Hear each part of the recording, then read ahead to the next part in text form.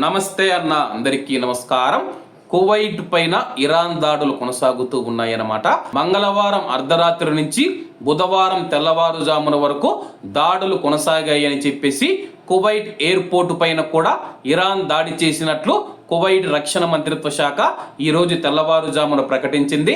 వివరాల్లోకి వెళితే మంగళవారం అర్ధరాత్రి కువైట్ అంతర్జాతీయ విమానాశ్రయంలోని ఇంధన డిపోను లక్ష్యం చేసుకొని జరిగిన డ్రోన్ దాడి కారణంగా ఆ ప్రదేశంలో మంటలు చెలరేగాయి.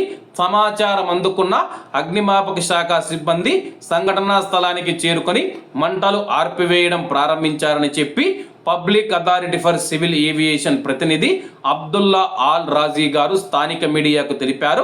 ప్రాథమిక నివేదికలను ఉటంకిస్తూ ఈ దాడి వల్ల ఆస్తి నష్టం మాత్రమే జరిగింది, అయితే ఎలాంటి ప్రాణ నష్టం జరగలేదని చెప్పి ఆయన పేర్కొన్నారన్నమాట. అలాగే రాత్రి వేళ కూడా మనం చూసుకుంటే సైరన్లు మోగాయి, అలాగే గాలిలో పేలుడు శబ్దాలు కూడా వినిపించినట్లు చాలా మంది కువైటీ ప్రజలు కూడా తెలియజేస్తూ ఉన్నారు. మరి కువైట్లో ఉన్న మన భారతీయులు ఎవరైతే ఉన్నారో ఎయిర్పోర్ట్ మీద ఇరాన్ దాడి చేయడం, అలాగే కువైట్ ఎయిర్పోర్ట్ అధికారులు యుద్ధ ప్రాతిపదికన ఆ యొక్క ఎయిర్పోర్ట్ను సిద్ధం చేయడం, మళ్ళా ఒక 2-3 రోజులు గ్యాప్ ఇవ్వడం, అలాగే మళ్ళా ఇరాన్ మనం చూసుకుంటే కువైట్ ఎయిర్పోర్ట్ను లక్ష్యం చేసుకుని దాడులు చేస్తూ ఉంది. దీనివల్ల కువైట్ ఎయిర్పోర్ట్ను Kuwait director general of civil aviation open చేయలేకపోతూ ఉంది.